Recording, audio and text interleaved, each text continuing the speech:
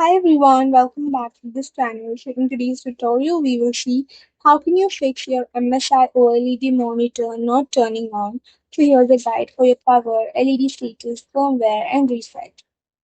Fix 1. Check the power connection. Make sure the power cable is firmly plugged into the monitor and the wall outlet. Try a different power outlet. If possible, test with another compatible power cable. Fix 2. Check the power LED. If LED is on, the monitor has power. The issue may be with the video signal. If LED is off, the monitor may not be receiving the power.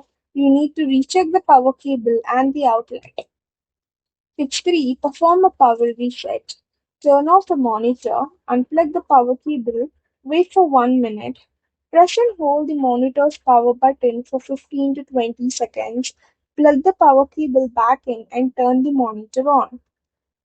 Fix 4. Check the video cable. Make sure the HDMI, DisplayPort, or USB-C cable is securely connected.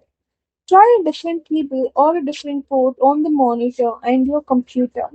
If using a desktop PC, connect the cable to the graphics card and not the motherboard. Fix 5. Select the correct input source. Press the Navi key or joystick to open the OSD menu.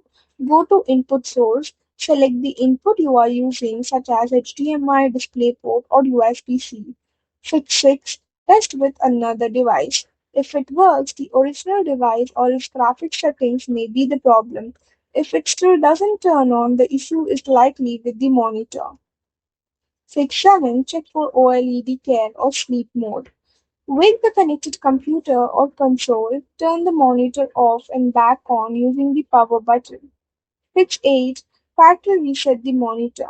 Open the OSD menu, go to Settings, select Reset or Factory Reset. Confirm the reset. Fix 9. Contact your MSI support. If the monitor still won't power on after trying these steps, it may have a hardware issue such as a faulty power board or internal components.